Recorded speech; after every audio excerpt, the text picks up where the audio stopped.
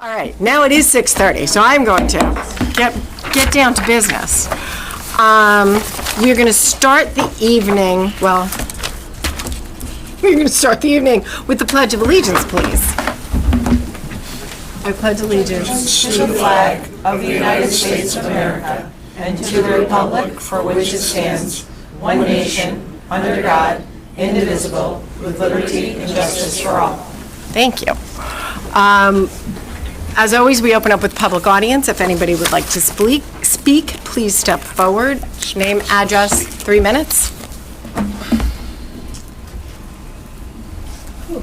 Up and down those stairs twice. I had to get my water. That's That's a bad thing to forget. It's a workout. this where it's supposed to be. Yes, ma'am, that's fine.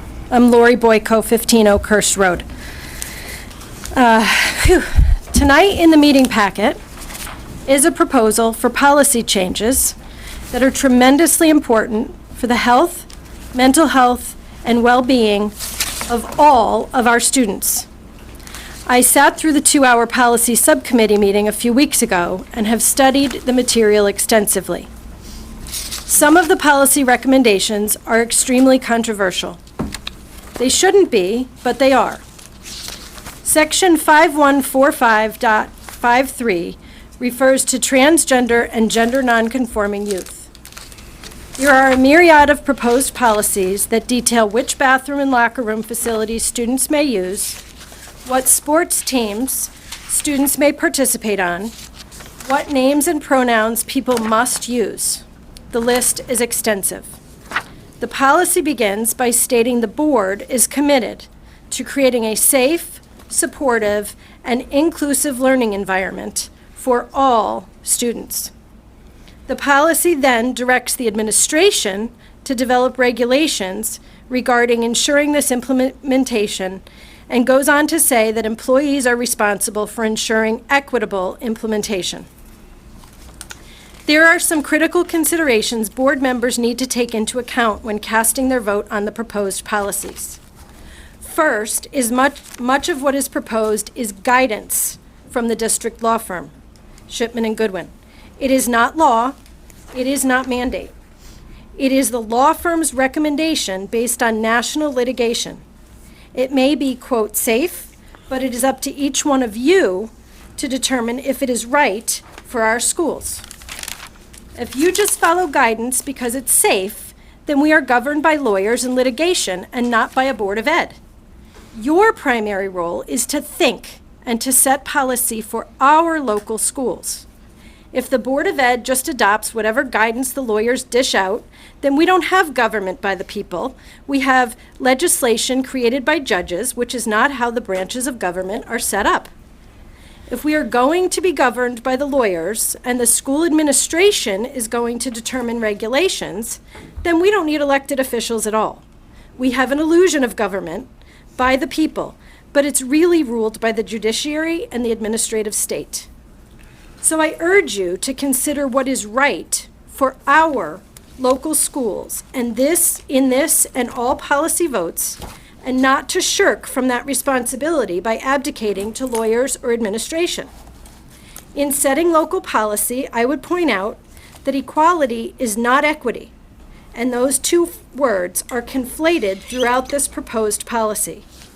The U.S. Constitution protects our rights to equal treatment and equal educational opportunity, while equity provides certain individuals with exceptions. Can you wrap up, Lauren? Yeah. By using the two words interchangeably in this policy, it's entirely possible the intention and implementation are unclear. In fact, many of the definitions that are the foundation on which this policy is built are so unclear that the policy leaves a great deal of room for dispute and challenge, which is never a good idea. Please weigh these decisions very carefully. Thank you. Is there anybody else who'd like to speak? Seeing none, we're going to move into recognitions. So, we're going to start with, I have the fun job of introducing you all to our 2 new student reps for next year. So, I'm going to introduce Sophia Luzetti and Matthew Pico. I believe you're both here, yes? Matthew? Sophia?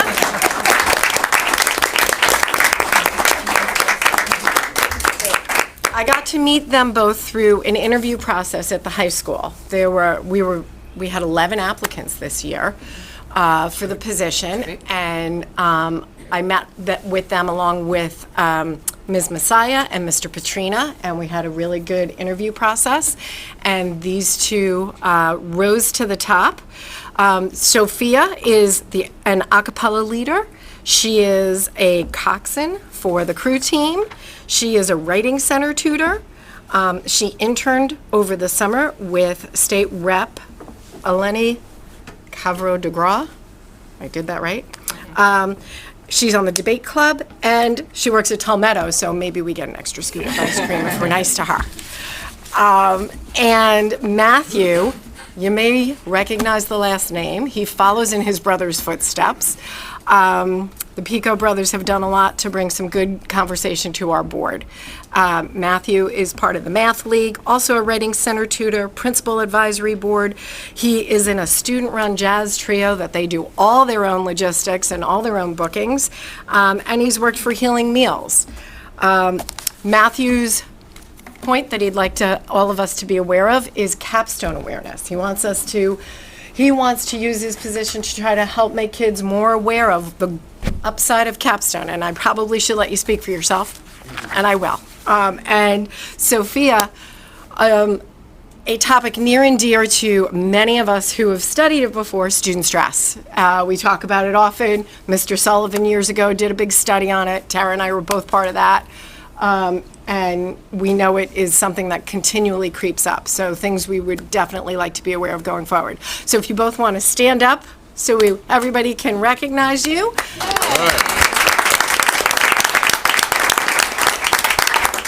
you have anything you want to share before I finish embarrassing you? Look forward to a great year. Great. We'll be happy to have you here. Grace and Emily will be great resources for you if you connect with them before they move on too quickly. All right, that's it for me. Excellent. All On right. to you, sir. All right. Well, welcome everybody this evening. I am going to quickly introduce Angela Griffin. She is our Director of Music and Performing Arts, and one of our honorees here tonight is our CAS, our Connecticut Association of Schools Scholar Music Award recipient. So Angela is going to introduce our award winner tonight. I'm going to have Elijah come forward with me, please. Where do we stand? Right here? Sure thing. Okay, so it's such a Angela, can you just you wanna turn speak the into the mic? microphone toward you? Because There you go. Okay. you should be adept at that. Oh, yes. Excuse my back, everyone. Such a pleasure to be here to recognize Elijah and our wonderful CAS Award recipient. He was recognized at the banquet earlier this year. So I just have some brief, but wonderful comments from his teachers and from myself. Elijah has been an exceptional leader in the SHS Music Department this year. He has spearheaded many of the Triumph events as president of the Triumph Music Honor Society. He has served as a drum major of the SHS Pep Band, worked as a teaching assistant for the SHS Percussion Ensemble, and has been the SHS musical pit drummer for the past 2 years, you said? 2 years. Yes. Which two musicals did you play? Pippin, Matilda. I would have gotten in my sophomore year. On that audition. Elijah also plays for the gospel choir, where he is a very dedicated member. He goes above and beyond to do research on culturally appropriate playing and is a great support to the group. He has also been a part of the choral review band for the past 2 years, where he plays, now this is where you see his level of expertise, 40-plus songs to support the choirs. So if you come to the choral review, you will see Elijah playing. He plays like a true professional. Still gonna learn 'em. May 25th. Shameless plugging. He's a great personality. Gotta learn 'em too. On that same note, Elijah has played percussion on nearly every choir concert for the last 3 years and is always willing to collaborate. From a department supervisory standpoint, I would like to personally say that Elijah is respectful, honorable, and responsible, and he is an outstanding representative of the Simsbury vision of a graduate. Congratulations, Elijah, on this well-deserved honor. That's great.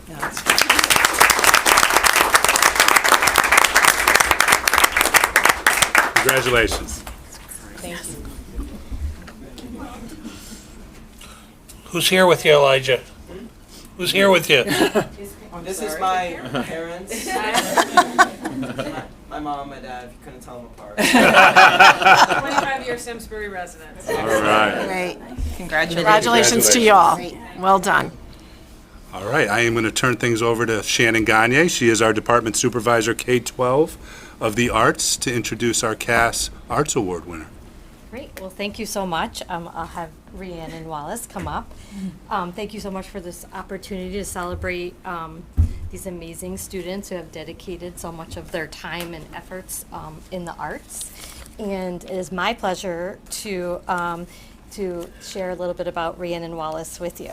She was chosen by all the art teachers because of her outstanding commitment to the visual arts. She is a leader in the 2D design, AP drawing, painting, and photography studio.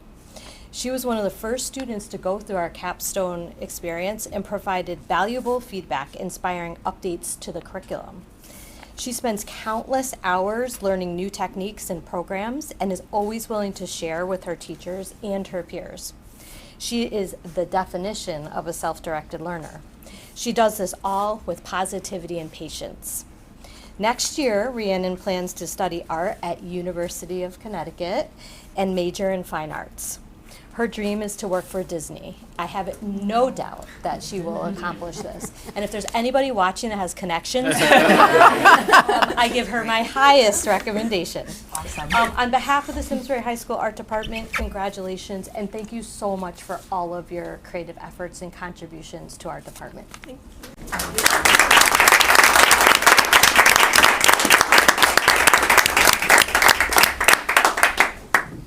Congratulations. What a great accomplishment. And who's with you? Who did you bring with you? My mom and this is my dad. Excellent. Congratulations to you all. Can't wait to see what you do at UConn. It's wonderful. And Disney.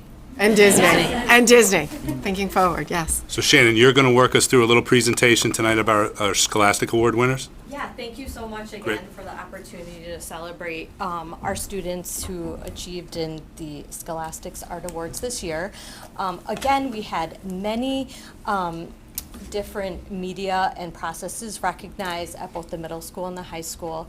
It's a very competitive juried exhibition at University of Hartford, and here is some of the work that was exhibited. We had printmaking. This is 8th grade Henry James. You can see some of the representation actually in the Board of Ed right now. Ceramics and glass, and students got the opportunity both at the middle and high school to visit Vicente Garcia's studio and do alternative firing techniques. We have our ceramics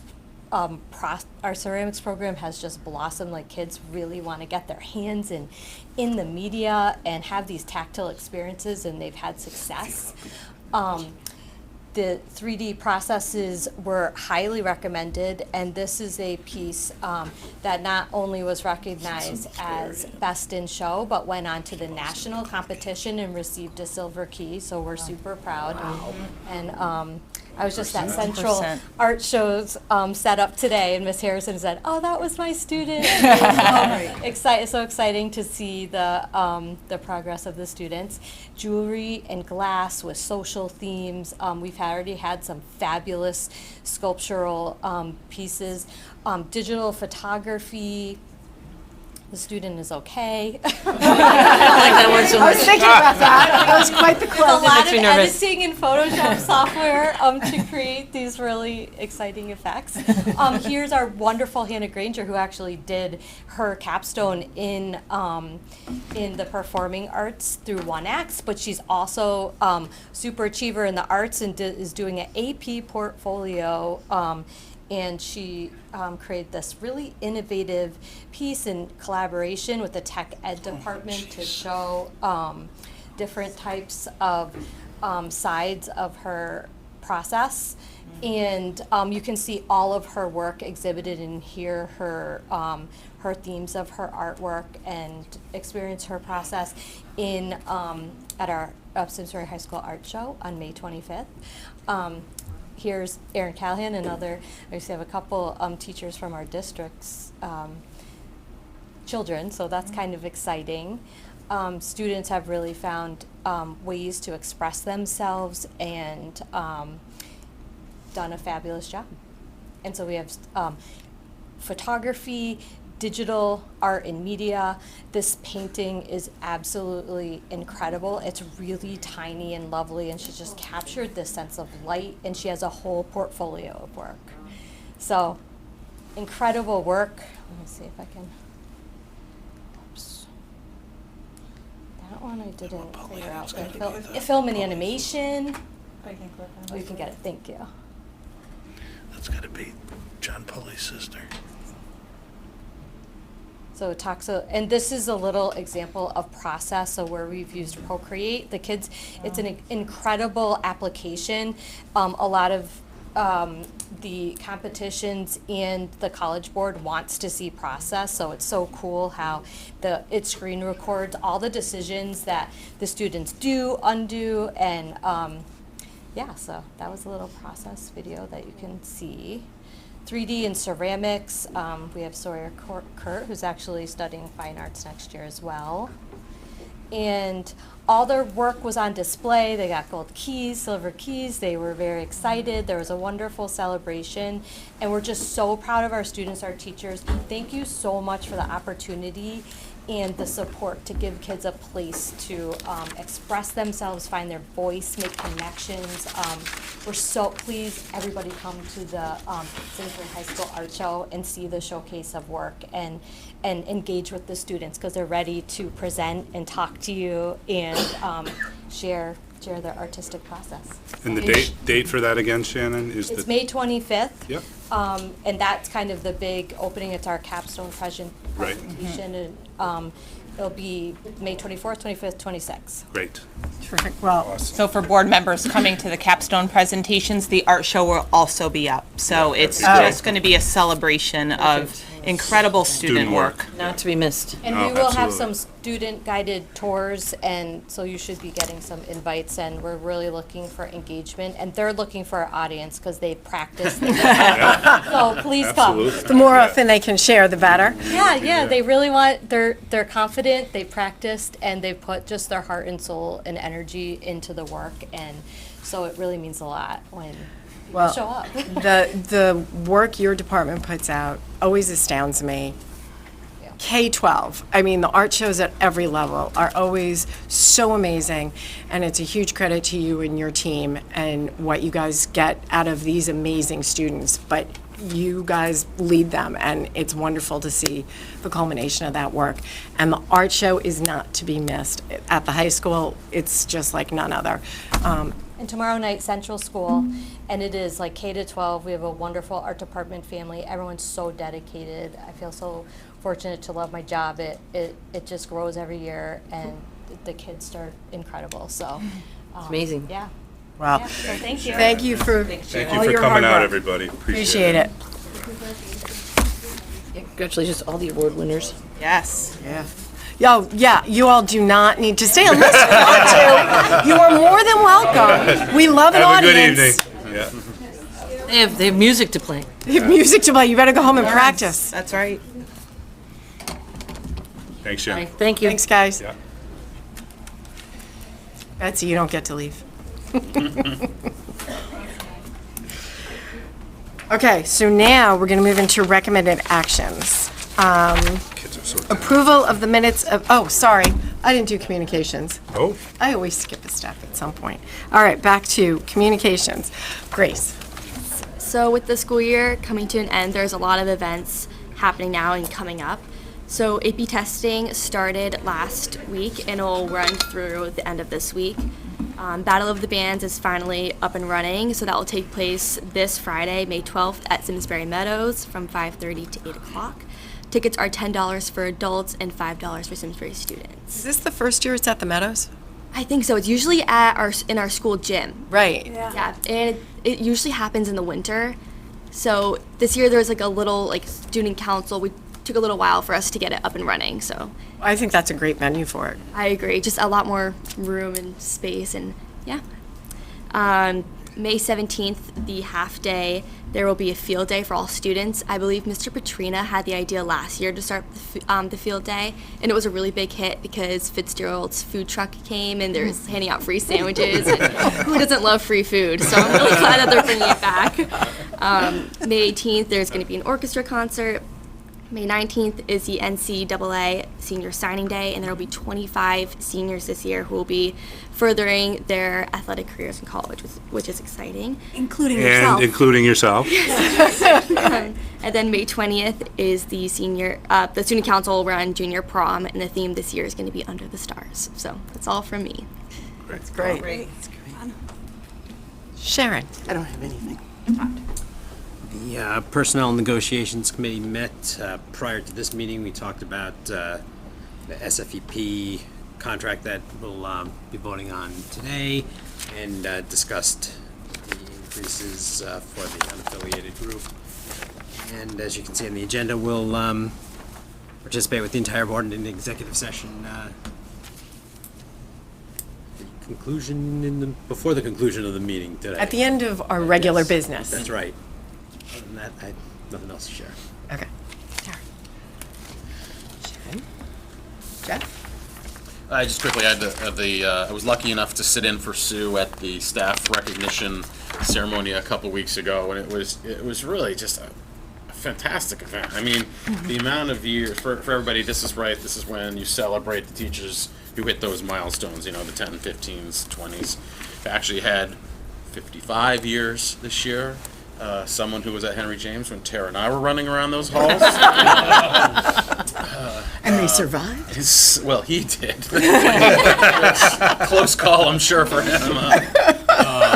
But it was just a really heartwarming event. Just to see all that commitment and dedication in the one room. I really wish it was. I got the list of who was being honored in an Excel spreadsheet, and I should still do. But I would love to sum up at the end how many years were quite literally in that room. It was really just an amazing event. Neil probably has that number. It's like, wait a minute. Didn't add it this year. I usually do, yeah.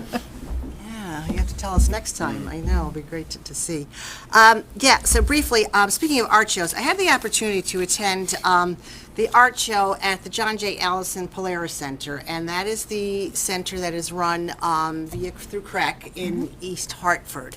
And this is the school that is the alternative school for all our CREC districts, and they are for middle to high school students. And this is the first time that the students, and as you can see, one of the students had painted this, and I'm really proud of these students, as I think we all should be, because these are students that are from our districts, our combined districts, and this is the first time that they were able to have this one-day event, inviting their families to come, and I as CREC chair and my CREC colleagues on the board also attended. But these kids are really very special students. These are children that are not in our districts, but are being educated, at the Polaris Center with their very fine teachers and administrators. And the artwork that these students were able to produce was just really very, very touching. And I just thought we should just give a shout out to those students that don't have the opportunities to participate in their districts and their art shows at their high schools or their middle schools, but do have the opportunity to participate there.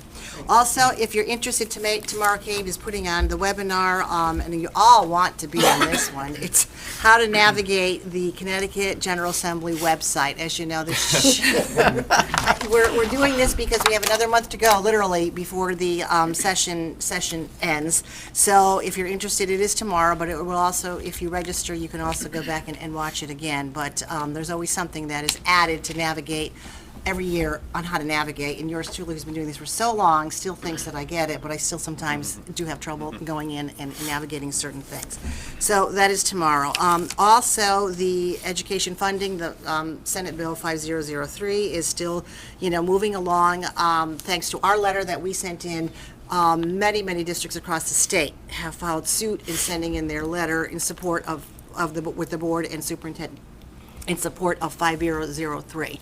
So this is real important because the legislators are receiving it, not just from Hartford area, but from around the state for purposes of the bill.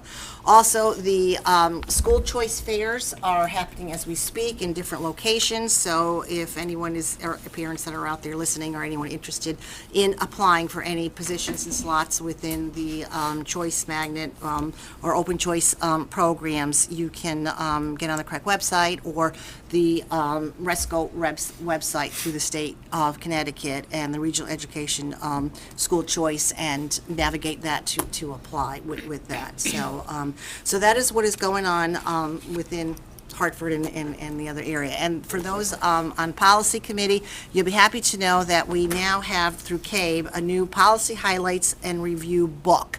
Dr. Goller is the new Vin Mostero at CREC, Jody Goller, and his former superintendent. So he has reviewed the complete policy book. So it is up and running if you're interested, or anyone is interested, you want some good bedtime reading or so. But he has really come very far with the policy book. So it's there for all our districts to utilize. And that's it. Excellent. Thanks, Lenny. Mrs. Lemke. Just that our final professional development early release day will be May 17th. So Grace shared what was happening at the high school for our students, and while high schoolers are participating in some fun field day, our teachers will be hard at work with their last professional development day. It's a great time of year for our department because this is when we start to sign next year's new teachers. So first couple were through last week to sign new contracts with the Simsbury Public Schools. We'll have a lot more over the next month, including the process beginning over the next couple of weeks for our new Simsbury High School principal. So all of that is underway and very exciting. So. All right, Mr. Curtis. Just real quick, the budget mailer has gone out to every resident of Got mine in my Simsbury. mailbox Sure. So, yesterday. all right, so that has pertinent information about both the town and the Board of Ed budget, and the referendum date, just as a reminder, is the 16th of May. A week from today. Today, so At we'll Henry put out James. on our email a little reminder, and I know the town posts. Yep, something there's as well. sign boards out as well, sandwich boards at the key spots, but 6 a.m. to 8 p.m., and if you can't get there, absentee ballots are available at the town clerk. Very good. My commercial? Okay, now we can do recommended actions. So approval of the minutes of the April 25th, 2023 meeting. Can I get a motion, please? I motion we approve the meeting minutes. Second? Second. Any discussion? All those in favor? Any opposed? Motion passes. Approval of collective bargaining. Oh, you skipped Sorry. personnel. Personnel. Yep, So they're both me. I can go. sorry. I think I Don't have pay to follow attention. your order, don't I? No, you don't. You should correct me. Well, it would be just like home. Okay. So 2 items for your, or one motion, but 2 personnel who have submitted resignations. 2 of our relatively newer educators who have going to take a slight veer of what they're doing right now in their career arc. Haley Labello has been a school social worker for us for the past 5 years, worked out of both Tooten Hills and Latimer until we were able to get one social worker at each building, and she's been assigned solely to Latimer this year. But Haley's going to have an opportunity to practice privately, and that's what she's going to do for the next few years. And Emily Pattaccini is a 3rd grade teacher, I believe, right now at Tooten Hills School. And Emily has recently been married, has decided, she's been a dance teacher as well as a school teacher. She's going to commit some more back to her dance teaching and change some priorities. So been with us for 3 years, and you can see they're both finishing the year with us. So the motion is there for whoever would like to take that one. Move that the Board of Education accept the resignations of Haley Labello and Emily Pattaccini effective June 30, 2023. I'll second. Any discussion? All those in favor? Aye. Thank you very much. Now the collective. Now the approval of the collective bargaining agreement. So Todd mentioned that I was able to share some of the details with the Personnel and Negotiations Committee of the recent spring negotiations between the SFEP. This is about 130-member association that consists of our paraprofessionals and our secretaries throughout the school system. My partner on that negotiation was Miss Lemke. It was a pleasure. Almost all of the time. It was a pleasure. And they were represented by 5 members of their association. So the highlights of the agreement are in your exhibit. And this will be a 3-year agreement starting on July 1st of this year, carrying through June 30th of 2026. In addition to having a step increase for those members who you reach the top of the salary schedule pretty quick in this association after really 2 years. So just a few people who get a step increase, and then all other members in each year of the contract, it's going to be a 2.8% general wage increase in each year, exactly consistent with what we did with our custodians last year. So glad we were able to be consistent with the groups. And you can see one other wage proposal that sometimes these members, paraprofessionals, and secretaries supporting building events have to come back at night for events, and again, consistent with our custodians. If they are forced to come back outside their work hours and they have to return, that they would get paid for a minimum of 2 hours, no longer how long the event is, which is how we work that with our custodians. So that was a proposal that we agreed to.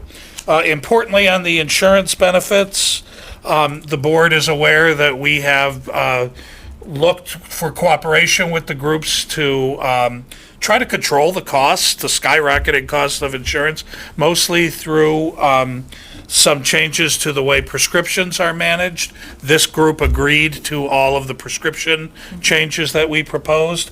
And as the teachers did in the fall, they also agreed to the medical management portion, which is getting your physician needing to get pre-certification through the insurance company for the most expensive outpatient procedures.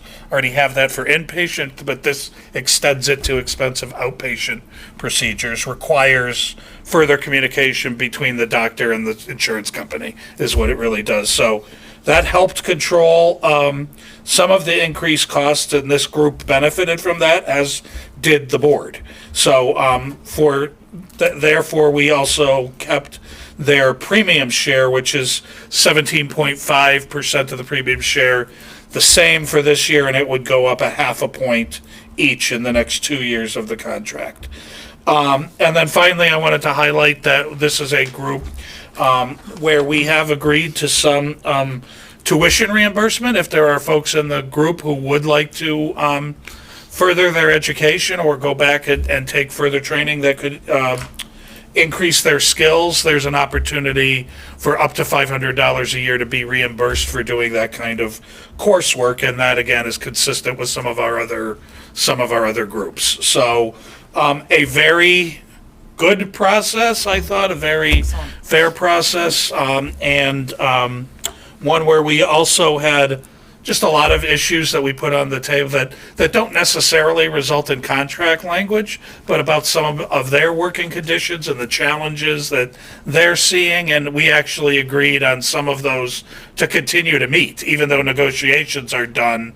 Sue and I are going to continue conversations with them on several of those working condition issues when we start back up next year. So thanks to their side of the table, they did ratify last Monday, so May 1st. This has been ratified by their group, and then, depending hopefully on your positive vote, we will execute starting July 1st. Can I just ask about the tuition reimbursement? Is that job-related classes only, or is it any degree program classes? It has to be approved by us for reimbursement, but these could be people that never got a bachelor's degree and want to go back and do that. And It's been a long time since I've seen tuition reimbursement. yeah, and sometimes these are people who may want to become a teacher and have some further coursework to do to get certified to be a teacher. So we approve any course, but we would certainly approve it for anybody in that boat of like pursuing a bachelor's degree. Okay. Anybody else have any questions? I love that. I mean, we're here to educate the students, Right. and educating our employees is important as well. No, I think it's great. All right, with that then, I would take a motion, please. Do that. Thank you to Neil and Sue and to the SFEP representatives for all the hard work on this. I will move that the Board of Education ratify the proposed changes in the collective bargaining agreement between the Simsbury Board of Education and the Simsbury Federation of Educational Personnel for the period July 1, 2023 through June 30, 2026. A second, please. I'll second that motion. Any further discussion? All those in favor? Aye. Carries unanimously. And thank you also to our personnel negotiations group. That's always a tough job. Okay, acceptance of gifts. This is a fun one. That comes over to, I love that this is a part of what I get to do. Stuff, Sue. And kind of tee up gifts that we receive. So this one is specific. It's a gift to the SHS baseball boosters. It's in the amount of $5,000 to be used for purchase of equipment for either the freshman, JV, or varsity baseball teams, and the donor is anonymous. So there is a motion there for your consideration. Since I have two on these teams, I should probably do this one.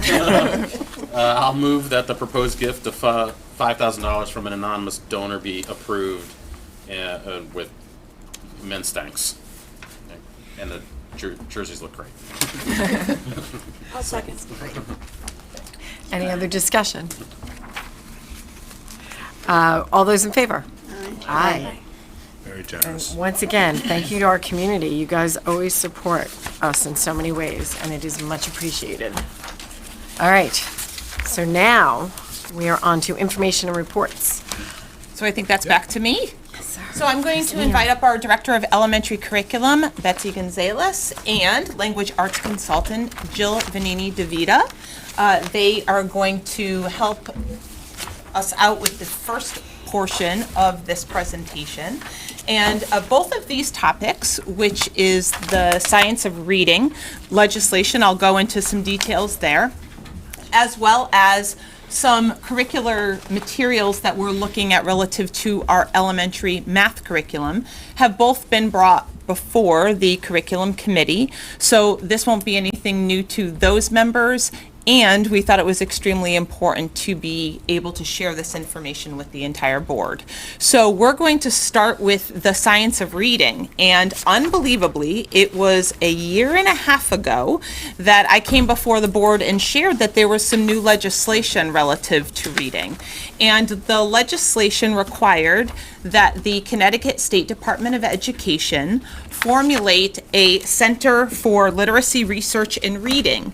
And then that center was going to be charged with vetting and then approving at least 5 elementary reading programs that were centered on the practices around the science of reading.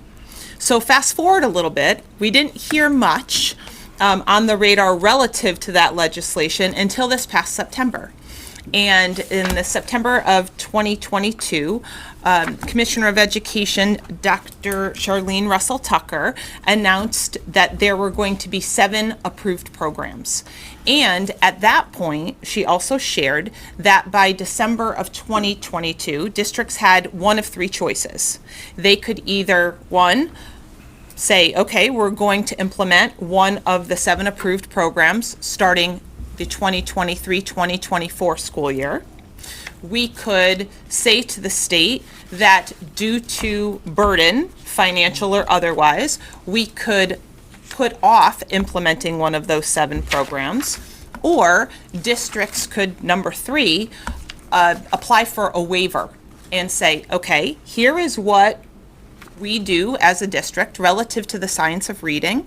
Here is what our curriculum looks like, our instructional practices look like, our assessment practices look like, how those coincide with these requirements around the science of reading, and in essence, develop our best case to say we would like to continue with the practices that we are currently doing based upon that analysis. So we decided on option number 3, which was the waiver, and want to acknowledge Betsy and her team for an incredible amount of work. They're going to talk about what the waiver entailed, the 3 parts of the waiver, but that was submitted to the state in late February. The state has since then hired readers of these waivers. So going back a little bit, only 12 of the 169 districts utilized any one of the 7 programs that were approved. So the majority of districts submitted. 162 towns. Correct. So the majority of districts either said, we're going to put off implementation, or we're going to do this waiver.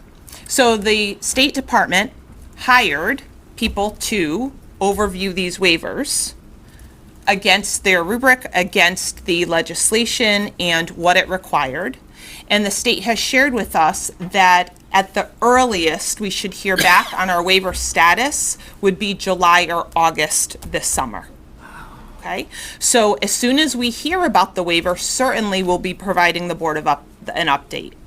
That aside, we thought it was really important to share with the board a couple of things.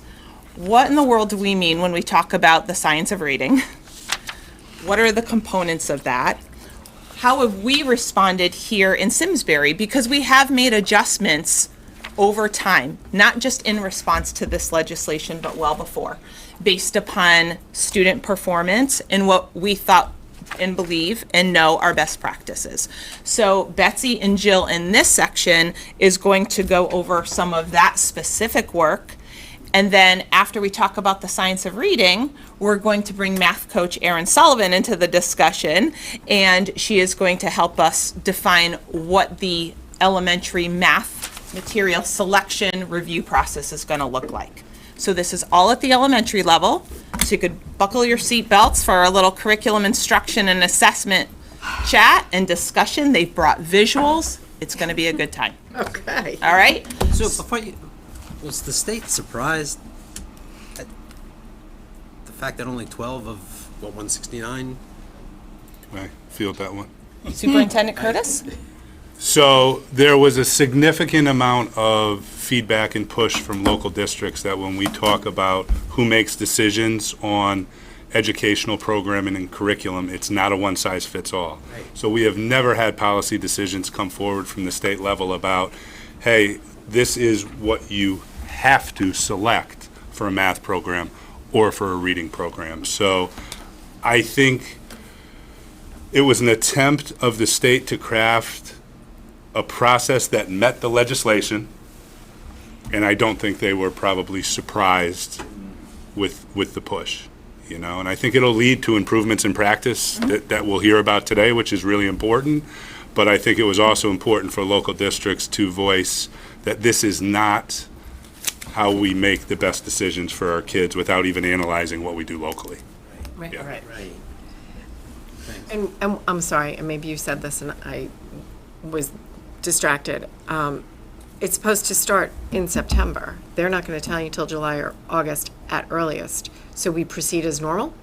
So what we would do in this case, depending upon what the outcome of the waiver was, worst case scenario, they say you have to make some adjustments. We would make those adjustments and continue on. Okay. If they shared that they weren't accepting any elements of the waiver, then we would have the opportunity to say at this point, there are professional development, budgetary ramifications, Right. so we would ask for a 1-year deferment to begin that practice to 24-25. Okay. Okay. Just wondering what Plan B might be. Okay, thank you. All right. Betsy, Thank you, Sue. over to Thanks you for and teeing Jill. that up. I really appreciate it. So Thank you, Jill, for joining me tonight. And as Sue said, this has been a process that we've really engaged our principals, our language arts consultants, our reading intervention teachers to really be part of this thinking. And while the legislature's initiative has been somewhat new, the work that we've been doing leading up to this is not new for us. This work is alive and well in Simsbury and has been for quite some time. Margie Gillis, Dr. Margie Gillis, owns a company called Literacy How, and it's a literacy center that really informs instructional practice throughout the state. She's a consultant, and we actually worked with Margie over 10 years ago now, where we wanted to really think about how we teach phonics to our students in our primary grades. Margie partnered with us, and as a result, we thought carefully about the curriculum, our instructional practices, and our assessment for this work in grades K and 1 specifically.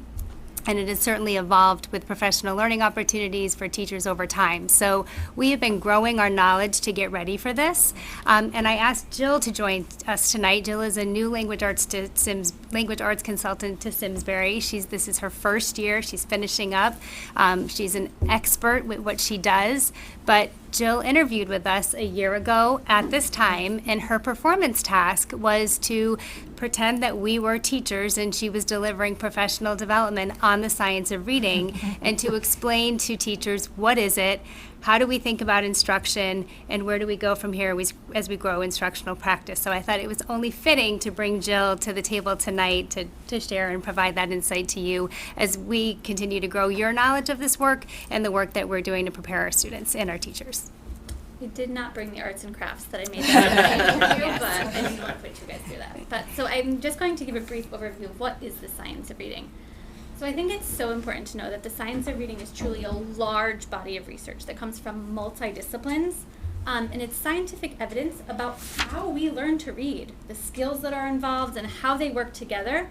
And I think what is so fascinating is scientists have actually mapped the brain. So now using the left hemisphere, we can actually see what parts of the brain are responsible for different parts of reading, whether it's the speech sounds, language comprehension, the word recognition.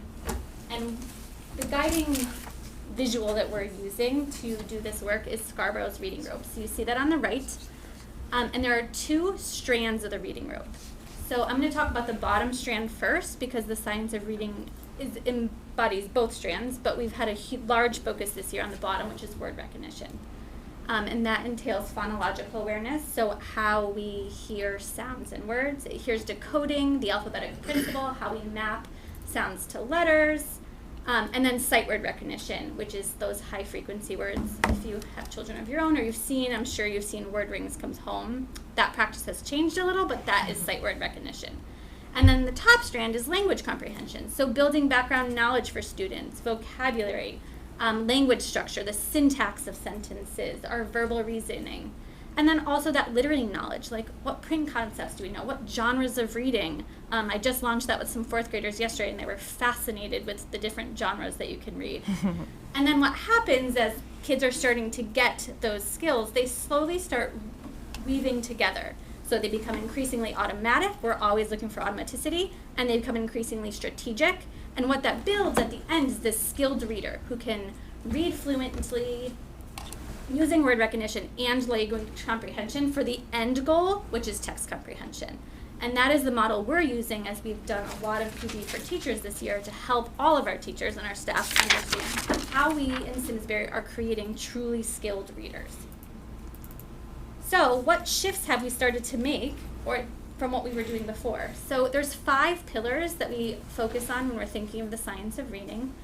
Phonemic awareness, which is the auditory, the hearing of sounds. Phonics is that being able to spell, being able to decode and read words. Fluency, what it sounds like when we read, building our vocabulary, and comprehension. And one of the big shifts, which I think we did before, but we've gotten even better at, is just making sure we are doing it systematically and explicitly, and then it cumulatively builds on each other. So we're not jumping from strategy to strategy or skill to skill. We're really building that process for students. I had referenced before that if you had kids at home or grandkids or nieces and nephews, I'm sure you've seen the word ring come home. And I can remember I was a first grade teacher for 13 years, giving all of my students that word ring. And I'm like, oh my gosh, you're going to do so great. Go home and practice. And then you reflect as a teacher and you're like, oh, my practice might have changed. So what we do now is we're teaching kids to like orthographically map words. So we're having them map the sounds they hear to graphemes, which are letters, and then these are Elkonin boxes, so we map the letter to a box. Each one gets its own box, each sound. And then we're teaching them, like, you know in from, you hear the f, you know that part, you hear the mm. But you know what? This O makes a sound that you're not expecting. So you might say this is the heart you need to know by heart. And we're really teaching kids to orthographically map words instead of just memorizing them on a ring. Some students can learn a word in 1 to 4 exposures. Some students, it takes up to 40 exposures to learn a sight word. So by teaching them how to find the parts they need to know, it kind of gives them a visual cue. We're also building that automaticity. So at the rate that you're able to do this, if you're listening to a first grader read, you don't want them to read like the frog is green. We're really trying to teach them to sound out those words and read them in a fluent phrasing manner, like the frog is green. Another big shift is we always used to use level text. So a text that looked like this, probably looks familiar to you. You know, this says something like, on Saturday morning, Mom said to Tess and Danny, we were all going to a birthday party. So if you're looking at that, there's multisyllabic words in Saturday, there's inflectional endings like ing, there's compound words like birthday, parties is when you're changing an ending. There's a lot of different patterns on this one page of text for a student that's just learning to read.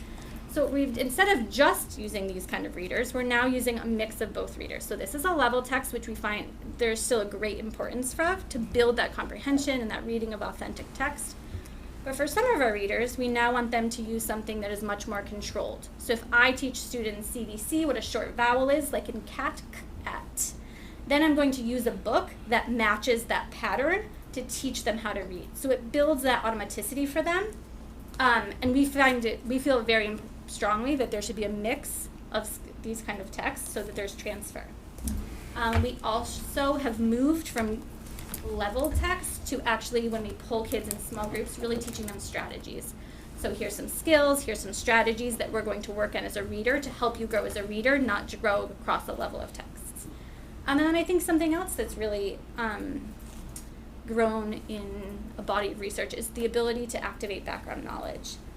Nell Duke is a doctor out of Michigan, and she has done an educational researcher, and she has done a lot of work about building background knowledge. And if we build background knowledge on a topic and build that vocabulary, we can actually help students grow their knowledge and their ability to read text.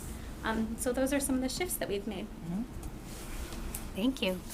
So that brings us to where Sue explained that we had to make a decision back in December what our approach was going to be in response to the direction from the state, and we felt really strongly that we have a lot of great things in place that we want to celebrate and things that we want to really share our good work, share our practices, and therefore we applied for a waiver.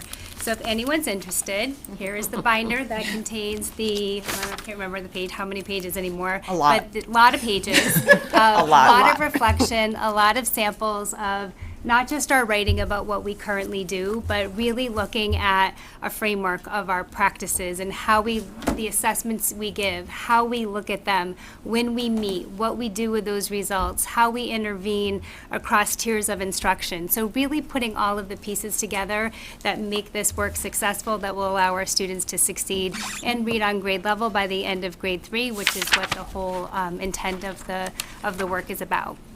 So in this binder, and throughout the process, or the short months of December through early February, we did a lot of reflecting and we did a lot of thinking about how our program and our approach to curriculum is evidence-based and scientifically based, and around those 5 pillars that Jill talked about. So we talked about our strengths, and we also thought about some things that we could do a little bit better. We could do a little bit differently as we think about how to grow our work over time. And so we were able to analyze our data and also think about those strengths and those areas that we want to improve upon to develop our district action plan to help us figure out where do we go from here as we move this work forward. So in this binder, there are lots of components that we reflected about in this action plan. And some of the key things that I just wanted to highlight in terms of where do we go from here are developing a K-3 literacy team. We are going to be thinking about how we bring some teacher experts and teachers who have a lot of passion around this work throughout the district together to examine our data, to look at our instructional practices and approaches, to think about our assessment plan and how we use more diagnostic assessments and at the classroom level for teachers to make those just-in-time decisions as they're pulling kids together to provide that skill instruction. We want to think about how that interfaces with our intervention program because we have to make sure those systems and structures are tight and aligned. We're going to think about our work related to dyslexia, and we've have systems in place to identify it and to think about our intervention practices and really kind of calibrating that work throughout the district is going to be a priority. Working closely with Katie Crisula to make this happen. And to continue that good work. Jill talked about vocabulary and how we get students to think about words and grow meaning of words so that they have more access to text that they're reading. Katie is leading a team of special ed teachers and administrators through a process to help us think about our approach to delivering special ed services to students because this work is for all students. It's not for students that are only in special ed or intervention. It's part of our core curriculum for all of our learners. And then finally, we have a component in here about our multi-language learners, students who are learning to acquire language for the first time and the support that they need and some of the instructional shifts that we can make for them. Betsy, can I just ask, the Sure. K-3 literacy team, if I heard you right, you're going to have classroom teachers on it? Yes. As well? Yes. Okay. Yes. With That's our- what I with our wanted to leaders, clarify, for that it's not sure. just literacy Yes. coaches. Yep. You're going Yep. into the classrooms. Yep. Okay. And we have updated our teachers along the way. So right before we submitted the waiver, right after we submitted the waiver, we just had professional development at the end of April where we did another update about where we are and where we're going. So we have kept all teachers informed throughout the process. But yes, we really want to have a smaller team to really help us drive the direction that we're going in from here on out. So if you look at the visual that it's displayed on the screen or in front of you, the green blocks, which are the reading foundational skills block, Jill did a great job explaining what that means and what it looks like in practice. That plays, those skills are alive and well in our curriculum in grades K through 3. We have a very systematic, explicit way that we're developing and our learners and our readers and the way that we teach. We have some consistent resources and materials. Jill will highlight that in just a bit. And then the right side, which is that comprehension skills block, that piece really won't change for teachers in terms of the way that they deliver their whole group lessons around how to get students to think and put these things together so they develop understanding of what they're reading. We'll continue to use our read aloud time, which is built into our every teacher's schedule, because that's where students are using those listening skills and they're developing understanding through listening, as well as independent reading, because kids need time to try it out. They need time to practice and they need time with books in front of them to put these skills together to actually do the work. So it's not just all in isolation. That's great and that's important as we provide that explicit instruction, but then they need to actually put it into practice. This module skills block in the middle is getting at the work specific to fluency, high frequency words, vocabulary, and oral language.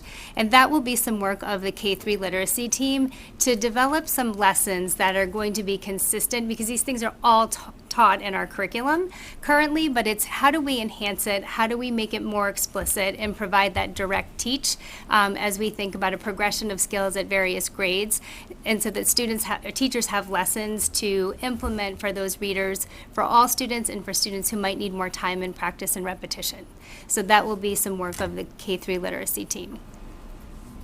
So just a quick overview of how we've responded in Simsbury. So first, we have adopted Hegarty in grades K-1, and that works on phonemic awareness, so the ability to manipulate sounds. It's all done auditorily. It's only about 10 minutes of each of their day, but a teacher might say, those sounds are at, what word does it make? And so it's blending and segmenting sounds together. In grades K through 3, we've adapted or finished fully adapting Foundations. Third started this year. And then we talked about how we've changed and we're using a mix of controlled and decodable texts. The professional learning, we've really anchored our learning in this book called Shifting the Balance, and it's just some 6 shifts that you can use to bring the science of reading into your classroom, and we've all, at all of the elementary schools, have used that in school-based study groups, which has been really powerful. And then we've provided district training for dyslexia. Instruction, what's changed? Well, we've really put an emphasis on that encoding and fluency. Like I said, our groups have changed. We're not just pulling leveled readers, we're really focusing on the skills kids need and being responsive to their needs to help them grow as readers. We used to use a cueing system, using meaning and syntax and visual, and now we're really putting an emphasis on the visual. So when you're decoding a word, you're really looking through the letters of the word to help you read the word. We've worked on changing our practices with high frequency words, and then really building that oral language development through the read aloud, the shared reading, and conversations. And then something we're continuing is using our universal screening assessments, the DIBELS 8. I think in my role, this has been really powerful for teachers. We've had student data team meetings multiple times this year to really analyze our data and then provide, again, that responsive instruction to help kids grow as learners. I just want to add that last summer, the state released a list of approved assessments that districts needed to reflect upon and think about and select for, that they would have in place for their students starting next school year. The DIBELS 8 is not new to us. We've had that in place already. There are a couple of subtests that we will administer that are new to our system, but the universal screening tool itself is not new, which is great because we already have that in place. It's familiar to our teachers, it's familiar to our interventionists, and we actually use that to identify students who might need more support through intervention or classroom-based instruction. So regardless of waiver status, you're moving forward Correct. with these assessments? No change because it's what we've had in place. What we've been doing. Yep. Okay. Yep. That was part of the data analysis and there's a section on that. Somebody's going to enjoy reading. So as we go forward, I talked about that K-3 literacy team, and so we hope to convene that this summer and kick that work off, and really to assist with that professional development for next year. It'll be really important to have those teacher voices. We'll continue to build teacher capacity through professional learning with both professional development, which is learning about some new techniques, and also coaching support that our LACs provide on a regular basis. They're in classrooms, they're working alongside of teachers to model practices in real time, and it's been very powerful. And we really want to look at our assessment system and making sure that we have the right diagnostic tools in place for teachers to make those just-in-time decisions with the kids in front of them. So, no sooner did we hit submit at the end of February, it was time to pivot and start thinking about our math program review work. So before we go there, Nobody wants you to get bored, Betsy. right? Not this That's year. it. It's been really a great year. And I also want to say that it was a ton of work, but it was also validating work as far as what we have been doing. What practices are clearly working for students, what aren't, what do we have to shift? And again, very validating to know that many of the requirements, the practices that the Connecticut State Department said are the most important are alive and well in our work. But we are a district of continuous improvement, so utilizing that data in very strategic ways and making this action plan, it's what we believe in, and that's why we decided to submit the waiver. So, again, as soon as we hear more. I have to add this, because Sue and I went on, we called them listening tours, and had an opportunity to visit the schools.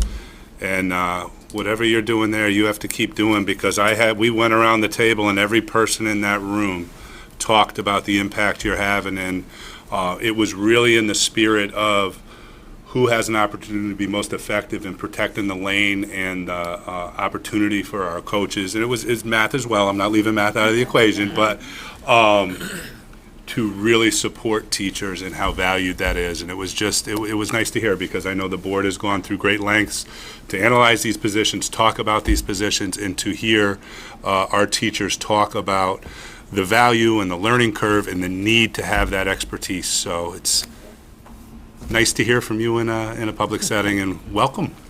So. And she hit the interview question out of the park. So.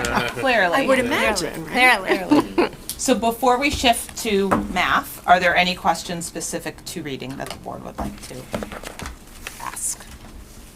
I'm pretty sure you guys addressed this in curriculum, but I wanted to ask it here again because I didn't see it in the presentation. But the for the students that are in 4th, 5th, or 6th who don't pass this, those teachers are not part of the K-3. You know, so how is that addressed? I'm assuming not all of them go to special education, and so, or do no children get to 4th grade and don't have these skills? So I talked a little bit about how we had to think about our structures and systems that support this work. So we have an SRBI process where where teachers may have a concern about a student and they bring them forward to our student intervention teams. And as part of that process where we look at data, we look at how students are responding to instruction, how we think about adjusting those plans and providing reading support. Sometimes it's through the language arts consultant, sometimes it's the classroom teacher, sometimes it's through our Simsbury Reading Intervention Program team member, which is our certified reading teacher. Those students are getting support there using similar assessments to further diagnose, pinpoint, identify where those weaknesses are, and how to fill some of those gaps. So ultimately, Jen, do we want to say that by the end of 3rd grade, students are right where they need to be with the skills? Absolutely. And if they're not yet, we have a system of intervention and support to continue to work with them to ensure that they do. And so even though it's K-3, this group is largely K-3, there are 4th grade teachers somewhat involved or aware of what is going on. Oh, without question. Yeah. So if I'm hearing you and I'm trying to think about this, so K-3 is to move us forward. It's to shore up what we're doing, how we're doing it, make sure we're catching all our kids. And then the kids who are already beyond 3rd grade, there's always a backstop for them. We always have interventions for them that will bring them up to reading level, right? If they're not already there. And important to note that the legislation was K-3. Right. So that's why so much of it's focused around K-3, because that's what they were legislating. Yeah, no, I know. I just, a lot of things are legislated, but we still involve. No. Excellent question. Right, no, I get you. And I just think my head went to those kids who suffered through the pandemic and maybe lost some skills, that we make sure we're catching them. And we worry about this when we shift math programs. The kids who, there's always that kid who's on the pilot year or the bubble, and we always want to make sure we're catching them before they fall. Pilot year. All right. Okay. All right. All right. So now into math. All right. So, again, hit submit and we're ready to think about math. So that's really how it lived. So as part of the budget process, we learned that our current math program, which is Math in Focus, has a copyright date of 2015. And we, as I was gathering information and quotes for pricing for next year, we learned that we would be able to buy our student workbooks, and this is for K through 5 only, for 1 more year. So with that being said, we had to think about where do we go from here and what are the resources that we're going to use in our elementary classrooms that will continue the good work and the good learning that's happened over the last several years as we've implemented Math in Focus, because it follows a certain pedagogy that our teachers have embraced that's worked well. It's yielded great results from our students, and that we believe in. It very much aligns with our work with the vision of the graduate and what we want students to succeed with. So we looked at 2 programs. We didn't look at 10, we looked at 2 that very much match what we're currently doing in those practices. So Think Mathematics is one, and then Math in Focus 2020, it's the 2020 copyright of the program, is the other. So we formed a committee. We wanted to be very inclusive of teachers who were interested in this work. We asked teachers for their interest if they would like to serve on this district team. So we have representation from all schools, all grades, special ed, administrators, teachers, working with Sue and with myself to take them through this process of thoroughly vetting these programs to make sure that we're making the best recommendation that we can to ensure a seamless transition for our students and our teachers. So I'd like to introduce Erin Sullivan, who's a math coach, who has worked very closely with her other math coach colleagues and with me to plan this process and to guide our teachers through this investigation. Hello. So if you remember, when we rolled out Math in Focus, we sent out surveys to families and teachers, and we referred to those surveys when we were vetting these two programs. And what those surveys revealed were 4 important themes. The first, pedagogy. To our families and to our teachers, it was really important that we had programs where kids were actively engaged in their learning. They were problem solvers, they were participating in productive struggle and collaborating. And so when we were looking at these programs, we wanted to make sure that that pedagogy, those themes still lived in these programs. The other important pieces were standard alignment. We wanted to ensure that it was very tightly aligned to the Common Core state standards. We wanted to look at assessment practices to see that they were both formative and summative, so teachers could check in real time to see if students were learning what they were teaching, and then to be able to differentiate as needed. And then also, and especially important to teachers, was the professional learning. Would they have the support to use these best practices, research-based practices in their instruction? So as we vetted these two programs, we considered those themes all throughout. So what we did first was gathered the team together to listen to a presentation from each of the programs, and they addressed how their resources line up with all of those 4 standards. And the teachers were able to ask follow-up questions and then start to dig into those resources and see what it looked like for teacher materials and student materials and virtual materials. And then after that, the math coaches spent a few weeks looking at every grade, every chapter, every single lesson to make sure that the standards were truly aligned, to look at the instructional practices to make sure they were aligned with that student as active learner and productive struggle, and to look at what strategies were emphasized, as well as what were the assessment practices. Were they just summative, or were they formative? Did they allow students to do some self-assessment? And then after that, we reconvened the whole team again, and they really dug into the work themselves. And I wish you could have seen, there were stacks of books everywhere, and just teachers really diving in.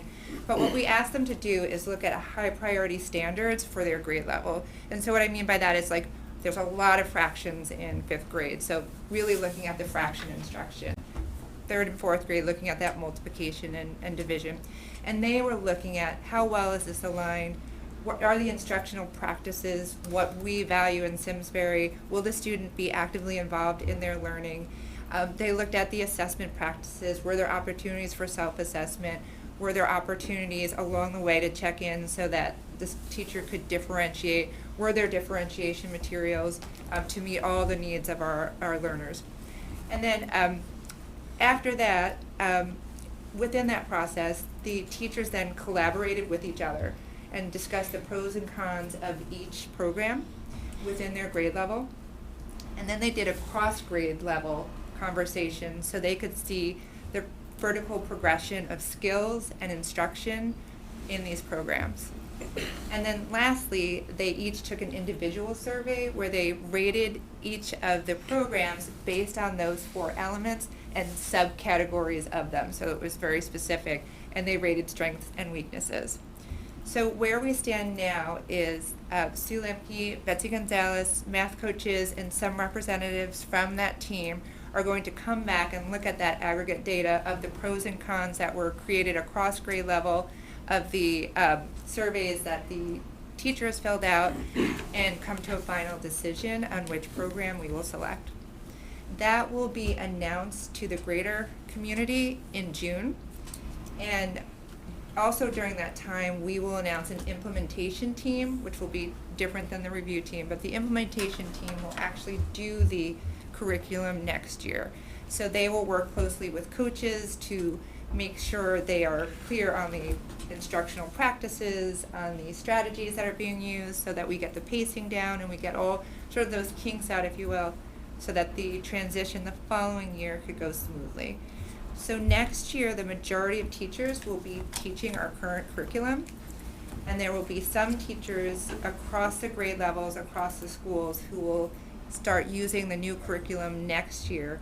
And then we should have a smooth transition then for the 24-25 school year for all the teachers to be using the new curriculum.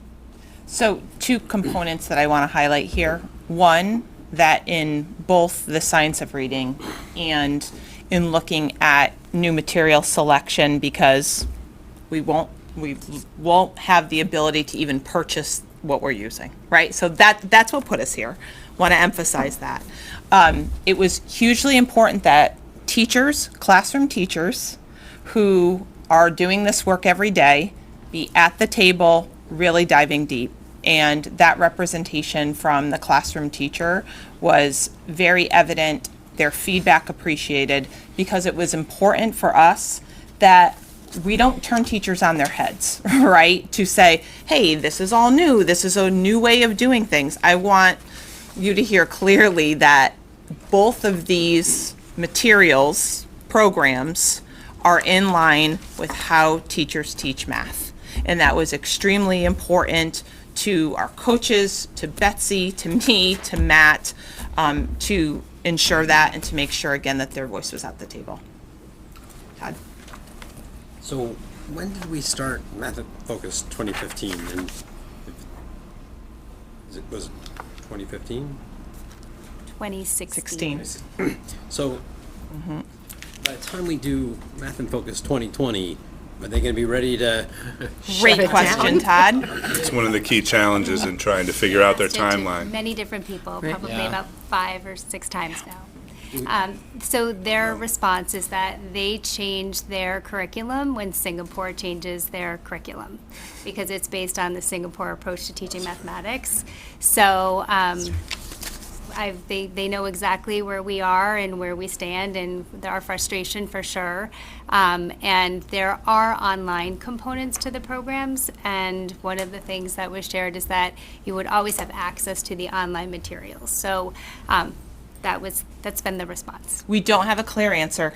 They don't say, because I know exactly where you're going, which is where we went. Right. Hey, we continue, we say, yep, we're in for 2020, and then the year after, we're in the same place again. And that's been the frustrating response, quite honestly, that we don't have a clear answer about when they might do another update.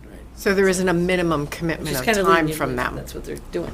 They're not saying like, you sign with us and we're going to be here with materials to support you for 3 years. They can't even tell you that. Not at this point. Right, and I mean, I think mathematics was smart enough not to put the year in their name, so we don't know like when that's gonna turn over. Well, we did add the 2020.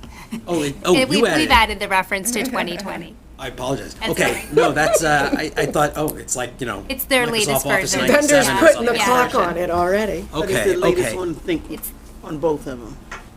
Yeah. Yes. Okay. Yes. My question, because I was on that original Math and Focus group, was that's K-8, if I remember correctly. That's So correct. is the new one K-8? Are we changing through 8th grade? We are not. We had a 6th grade teacher representative on the committee who was a former math coach, and to make sure that either of these programs very much align with what the learning is in 6th grade and the approach to learning in 6th grade, so that that is a seamless transition. So both of these programs check that box. Okay, but 7th and 8th grade, we're Won't not. change. That Won't doesn't change. need to change. Stays 6, the 7, and same. 8 does not change. It stays the same. This is just for K-5. Okay. But we're not using Math and Focus in 7 and 8? I know Yes, I'm we are. I'm We asking are. this We are question using 3 Math ways. and Focus 6, 8. But that program's intact? It's a different, yes, it's from a different copyright, and that program is intact. Okay, thank you. That's what I was trying to ask Get to, poorly. yes. I couldn't You get got there. our math scores have stabilized, or have they not been improving? I mean, does that weigh into our decision about sticking with math and focus if that's kind of where we are now? It's a great question. We're always looking at our math data. Our math data was growing pre-pandemic, and then we had that interruption.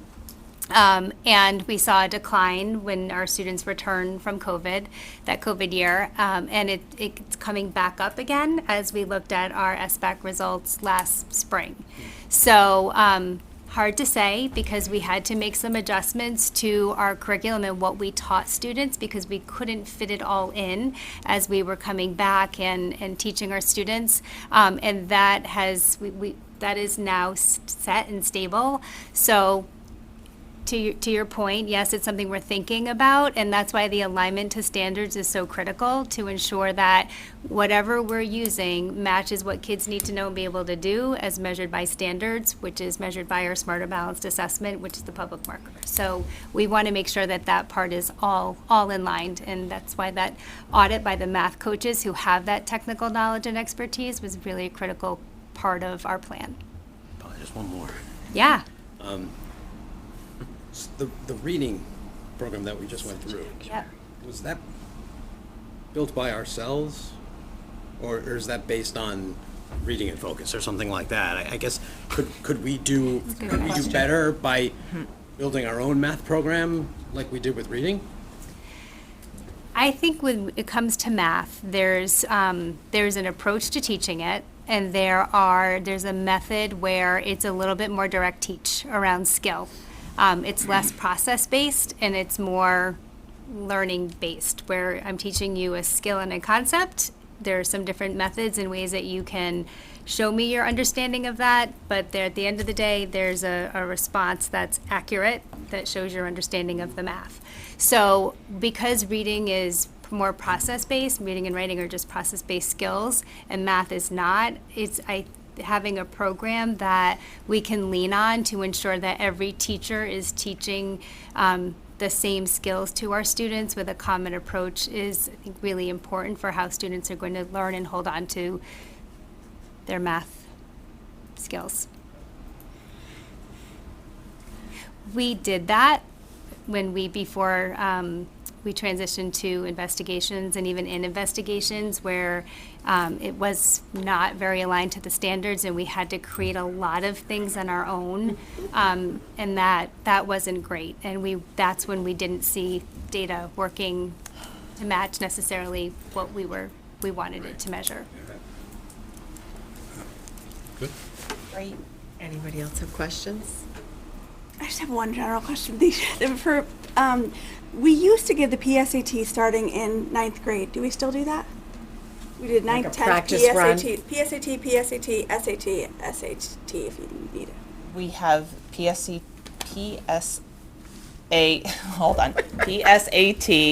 10. We actually started it in 8th at one point. Yeah, I remember that. Yeah. Stopped that My oldest practice. took it in 9th, but I didn't. It was like a So practice students run. can take it in 9th, definitely in 10th, and then the SAT in 11th. My question is, on that, once those kids get through these program, so now it's been 7 years we're doing that math program.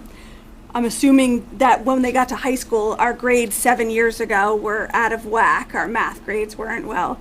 So now are we seeing, once they get out of the SBAC world, once they get to the high school, are their math grades improving when it comes to that PSAT, SAT over the last 7 years? So has that Or- foundation Are helped? we saying, are their math scores improving? Yeah. Is that what you mean? We saw a fluctuation in our math scores, similarly to how we were finding them at the elementary, right? Like dips, and that's where we really needed to come back and make math instruction K-12 a priority and focus on what does that alignment look like starting in kindergarten through 6th grade, what's going on in 7th, 8th, and what's going on in 9th, 12th. What we do know is that our students' SAT scores in math are pretty solid. So at the end of the day, it's working out pretty successfully. but they're different measures, and we're looking at those correlations between curriculum, those assessments, and student performance all the time.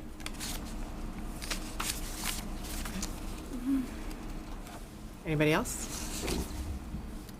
Thank you all very much Thank for you. being here. Thank you. Thank you. It was really interesting. Excellent. And just for grins, I am reading Reader Come Home, which is, oh my gosh, it's a lot of, it's a little heavy. It's a lot of science. There's a podcast that she does. She did To the Classroom with Genesis for Sarah Balla. You should listen to it. It's really good. Maybe I'll do that. Is that like Spark Notes? Right. Okay. Been busy. It's a busy, busy night. Proposed textbooks, Mrs. Lemke? Sure. So each year in the spring, we bring forth any textbooks that are going to be new. This is our time to do this. These two texts, I'm doing a little cleanup in the transition to my new role as assistant superintendent. So both of these texts have gone through our curriculum committee. This one is Uprising. It's last year.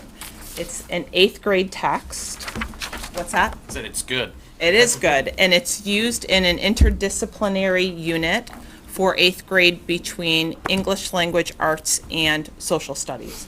This should have been on your exhibit last year, and that was my technical error. In going back and making sure that all of the texts that we use have gone through this process, I found one, This Tender Land, grade 9 honors. The description is in your exhibit. Has been in practice for a number of years too, and I'm just making sure that we are all set with this process, and therefore that is why it is on the textbook adoption for you this evening. These are available. Certainly, you are more than welcome to read them, and again, they've been in practice for at least 3 years. Okay. Okay? Fair enough. Thank you for bringing them to us. So this will be placed upon the May 23rd agenda for approval. For official approval. So I have a question. You're saying that they've been in practice for a while, but we're just adopting them this year? Is that what we're Yes, doing? because I'm doing some technical cleanup. Okay, so there's no new books coming forward to us for this year? Correct. Okay. That's correct. So these are ones that were vetted by curriculum. Yes. Made it through the early stage. Yes. And just didn't make it to the final board This approval stage. formal process. Yep. That's Yep, between you and Erin and all the crazy. Yep. Correct. Both excellent. Glad to hear Can I you. say it again? Glad to hear you're reading your homework, sir. I'm doing my homework. Good I job. have one more to do, though. I haven't finished know. that. It's on my Boy next book one. yet. Okay.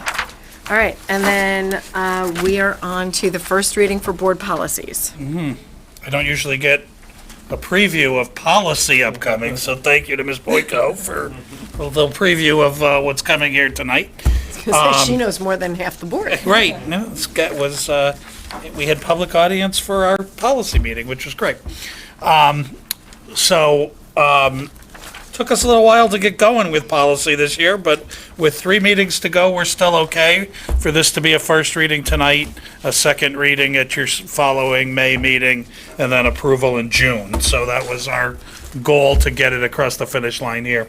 So our policy committee did meet about a month ago for quite a healthy session on a morning, and the whole policy committee was here.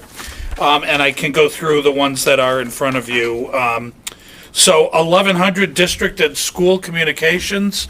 The board will recall that we actually did the entire 1000 series last year, which is the community series, and decided to kind of put this one to the side because we knew Maggie Seidel and some others were working on some changes to the way we were communicating, specifically around using the school messenger app, the app on the phone. So we wanted the policy to reflect like what we were going to catch up to, because the old policy was quite frankly going out to date. So the policy that you got for tonight is the one that reflects the changes we've made to how we're using the app, to School Messenger, when we will use a listserv, when we will use a robocall, and just outlining that more clearly for our community. The second policy, 5130, comes, as many of these often do, out of a piece of legislation from last year, making sure that boards review their policies around student discipline and recess, quite frankly.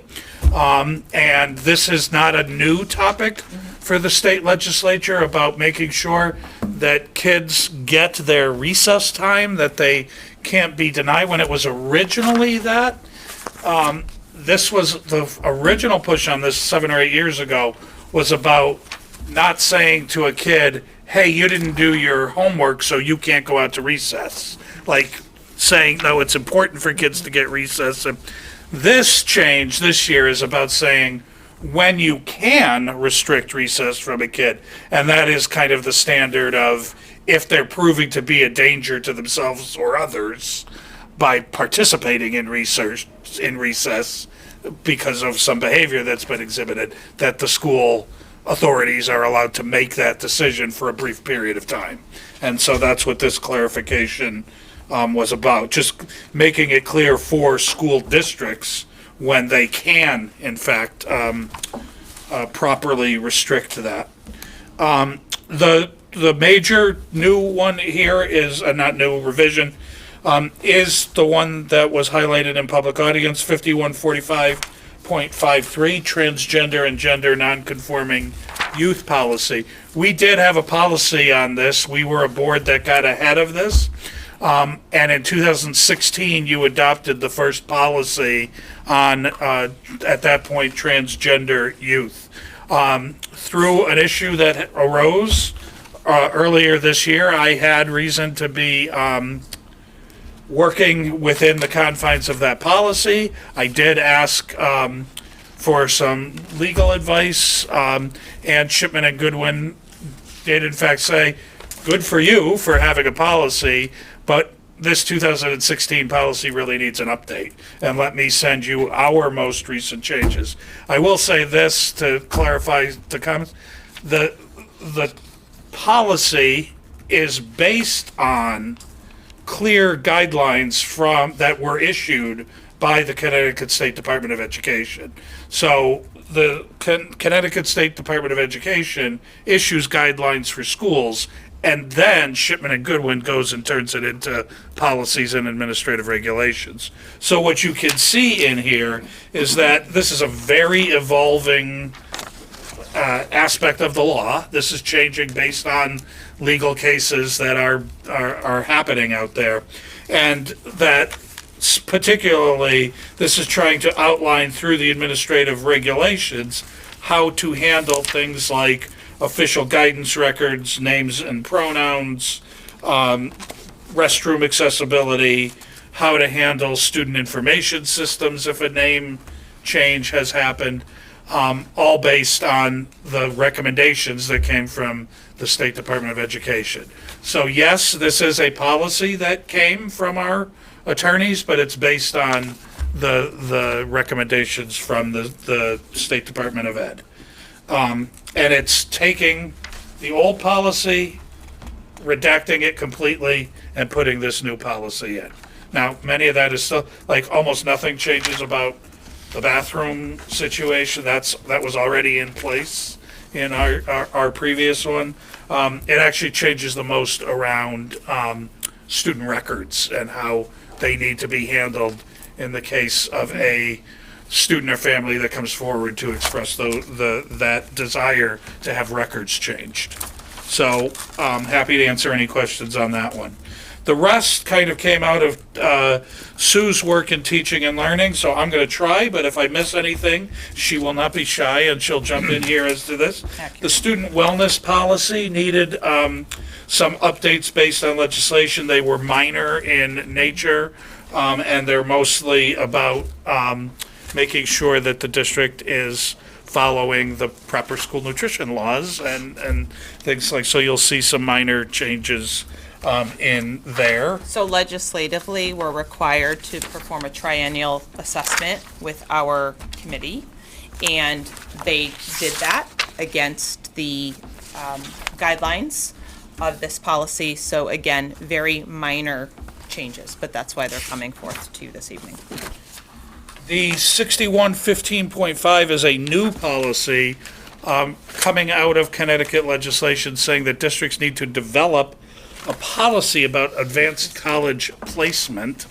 And what this was about was ensuring that districts aren't doing anything to restrict kids' access into AP classes. So we've talked at our board about like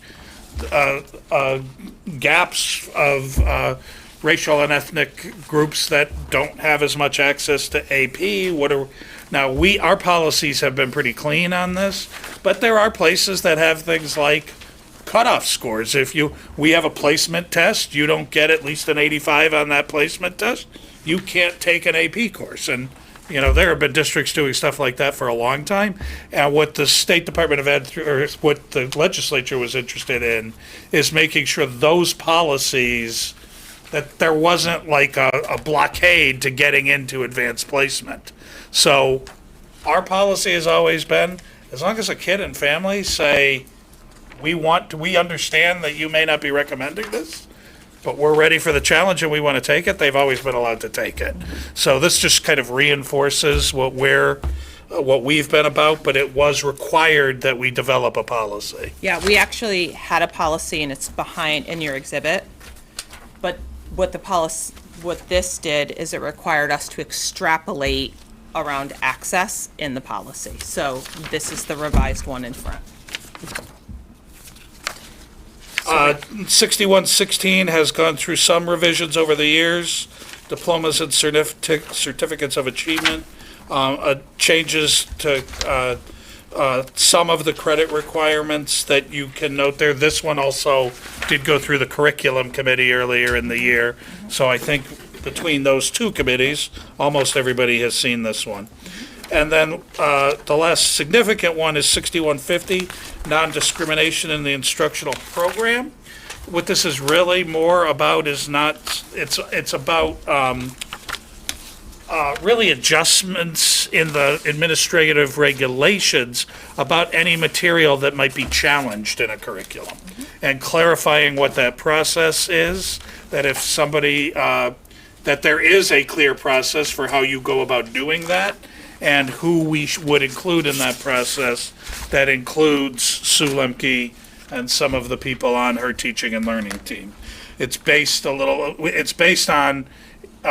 very clear policy about if you wanted to challenge library materials, and this sort of expands it to curricular materials. And then 6170, the organizational plan, is truly like a technical edit just for accuracy. So that's what's here tonight. They went through the full policy committee. We clarified through some emails, some questions that were remaining for the policy committee, and I didn't hear back from anybody else. So Sue and I are considering this first reading tonight. And as I usually do, we can do questions tonight, or people can send me questions over the next 2 weeks, and I can clarify at your next meeting if there are questions about any of these. So we can do that either way. So I just have this is a simple little question on 6116. I see in the back part that we did the revised, but we have this 2017 date here. I'm sorry, Sharon, I don't know what you're... 6116 diplomas and... Right. We're not changing that section, we're changing the next section. And that was June 13th. Oh, so you're saying the first page remains the same, and then if you go to credit requirements for diplomas, that's where the changes start? That's where the changes are. And all of those highlights, all of those changes, Sharon, are highlighted. Yep, I saw that. I just noticed that everything else had 20. So if we want to compare it to the old, is that all still available online? It absolutely is. And The current, yes, sorry. it absolutely is. The version we are changing. Yes. Yeah, that's what I mean, sorry. Okay. Any other questions? No, I want to read through. Yeah. I'm not saying I don't have any questions, I'm just gonna read through and. We need to read before we question, so we understand what we're reading. So what I typically do is if anybody emails me over the next couple of weeks, I'll collect them and make sure I have answers ready for second reading. Thank you.